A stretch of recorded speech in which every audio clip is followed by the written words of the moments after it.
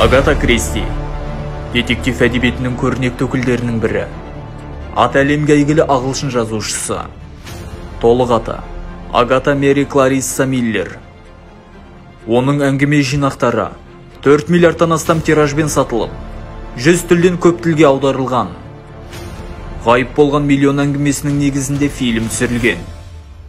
Сіздердің назарларыңызға әлем мойындаған жазушының әңгімелер жинағын қазақ тілінде ұсынамыз. Ғайып болған миллион кітабына жазушының 11 әңгімесі еніп отыр.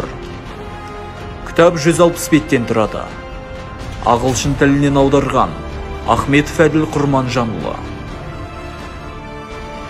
Агата Кристидің еңбектерінің бір ерекшелігі, әр кітабы алдыңғы туындыларының жалғасы іспеттес болды. Алғашқы романның басты кейіпкері Эркюль Пуаро, оның кейінгі еңбектерінде де оқырман назарынан тыс қалған жоқ.